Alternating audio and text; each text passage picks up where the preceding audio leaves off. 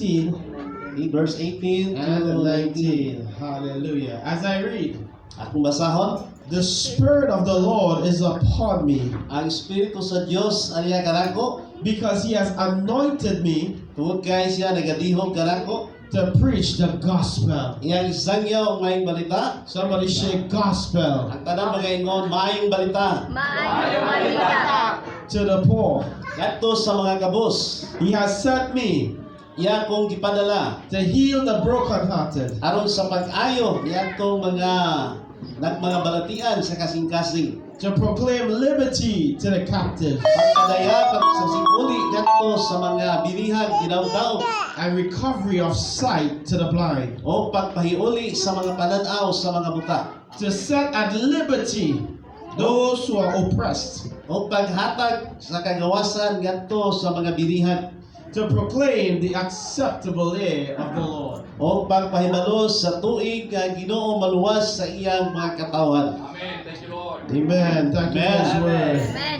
The Spirit of the Lord and His anointing are upon those who preach the gospel. Ang Espiritu sa Dios ug ang iyang dihog mao ang pagsangyaw sa mayong balita.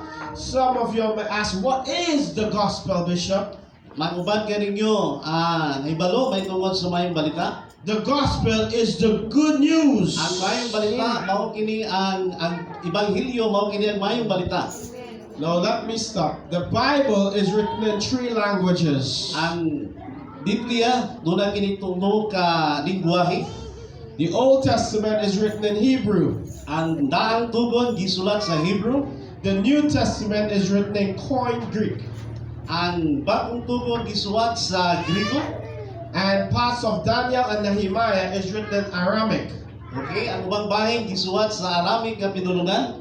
And so we need to always go back to the original context, Okay, kita magabalik may tungod sa original nga konteksto niini. the original language, Ang original nga pinulungan. to understand the context of Ang what the atong Bible is masabtan saying. ang mensahe sa mayong balita. Now, according to the Greek word for gospel, Sumala sa Griko nga pinulungan may tungod sa ebanghelyo. evangelion is the Greek word. Euangelion ang Griko nga pinulungan niini. It means good tidings Yes. Amen. Good tidings, mga maayo nga balita. or good news. O maayo nga mga balita. So the gospel is good news. Ang ebanghelyo mao kini ang maayong balita. At the moment you receive Jesus Christ Kay gayon nga imong gidawat si Ginoo Hesus into your life sa atong matag usa ka and kinabuhi. make Him Lord and Savior, Kung imo siyang gihimo nga imong Dios o all your sins are ang atong forgiven. kasalanan ginapasaylo. And you receive eternal life. Samtang imong gidadawat ang kinabuhing walay katapusan. That is the gospel of Jesus Christ. Yamo kini ang ebanghelyo ni Hesus. Why do we then preach and share the gospel to the world? Anong atong igasangyaw o imantala ang pulong sa Ginoo, ang ebanghelyo? Because according to the Bible, Tungod kay sumala sa balang kasulatan, it is the power of God to bring salvation into your life. tungod kay mao kini ang gahom sa Dios nga magaluwas sa atong matag usa ka kinabuhi. Romans chapter 1 verse 16, O Roma 1:16 it says, nagaingon, for I am not ashamed of the gospel of Christ, kay dili ko ikaulaw ang mayong balita may tungod kang Ginoo Hesus. for it is the power of God to salvation Tungod kay gahom kini sa Dios nga magaluwas for everyone who believes. sa tanan nga magatuo.